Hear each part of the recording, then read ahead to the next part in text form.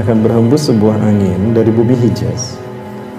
Itu sama Iliyin yang diberi nama Iliyin. Disebut Iliyin karena angin ini halus, lembut.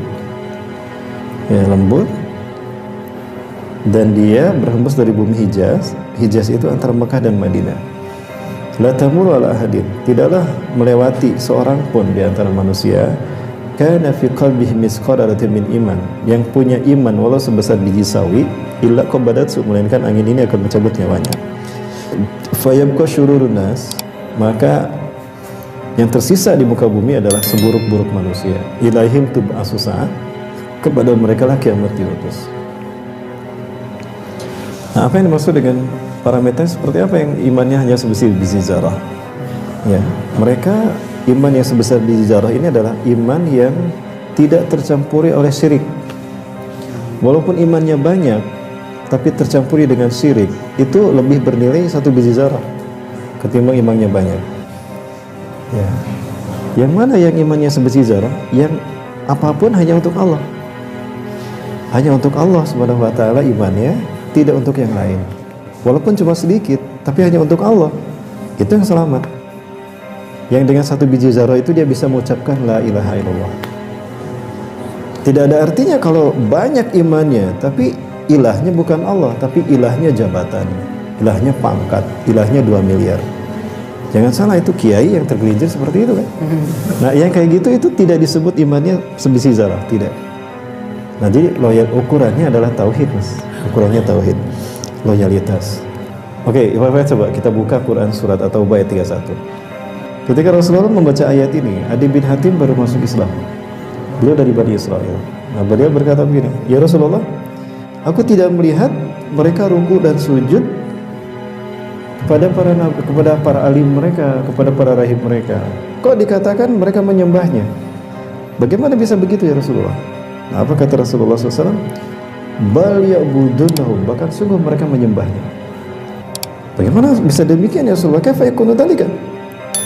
Inna ahbarahum wa ruhbanahum yuhallaluna ma haramallahu lahum wa yuharramuna ma ahallallahu lahum. Sesungguhnya alim mereka, rahib mereka menghalalkan apa yang Allah haramkan dan mengharamkan apa yang Allah halalkan. Baik, alhamdulillah. Satu saja yang sekarang fenomenanya sedang terjadi.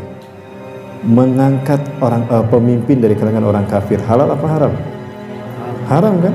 Menjadikan orang kafir sebagai pemimpin. Coba kita lihat, ada ulama yang menghalalkan ya kan?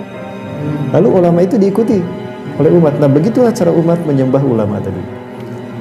Ulama ini dan umat tadi tidak punya iman walau sebesar biji sawi. Nah, ukurannya itu, Mas. Ukurannya adalah al-wala wal bara. Kepada siapa loyalitas imannya itu diberikan. Walaupun hanya sebesar biji sawi, kalau diserahkan kepada Allah, selamat ya. Walaupun banyak imannya, tapi bukan untuk Allah, tapi untuk pangkat jabatan, untuk harta, nah itu bukan untuk Allah. Itu tidak bernilai sama sekali. Nah, jadi yang satu biji zarah itu maksudnya.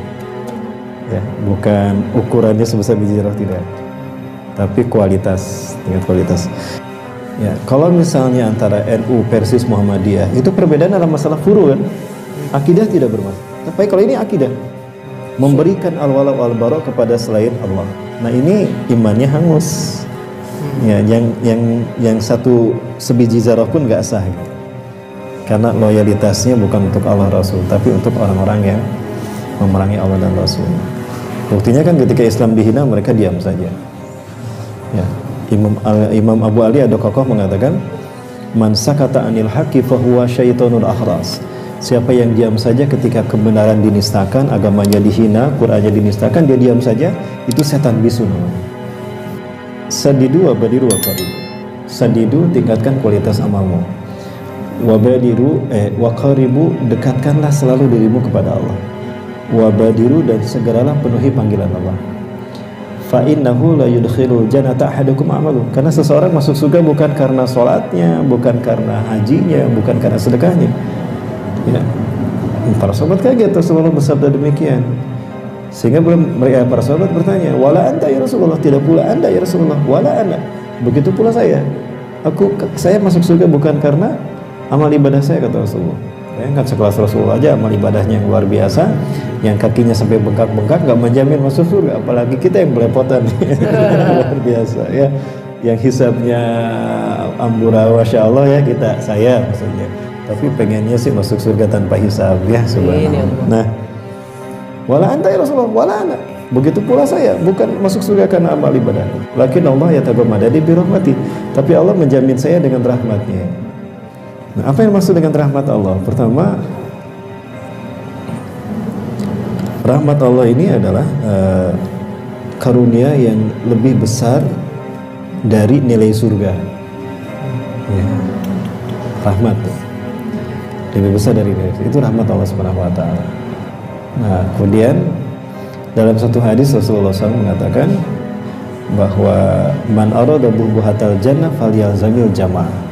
Barang siapa yang ingin mendapatkan tempat di surga, maka hendaklah berjamaah. Nah, dalam hadis yang lain, al jama'atu rahmah wal furqatu azab. Berjamaahnya kaum muslimin dalam beribadah kepada Allah itu adalah dalam mengabdi kepada Allah itu adalah rahmat. Dan berpecah belahnya kaum muslimin adalah neraka. Oh, berarti wujud rahmat di dunia itu berjamaah. Dan Rasul mengatakan siapa yang berjamaah, maka dia akan bertempat tinggal di surga. Nah, rahmat Allah itu tadi berjamaah. Karena rahmat Allah. Nah, bagaimana seseorang akan mendapatkan rahmat? Dilihat amal ibadahnya, dilihat rapotnya. Jadi amal ibadah kita itu hanya sebagai referensi. Layak nggak dapat rahmat Allah? Menjemput rahmat. Nah, menjemput rahmat dengan ibadah. Itu barangkali Mas. Jadi amal ibadah ini akan menjadi referensi layak tidak seseorang mendapatkan rahmat Allah.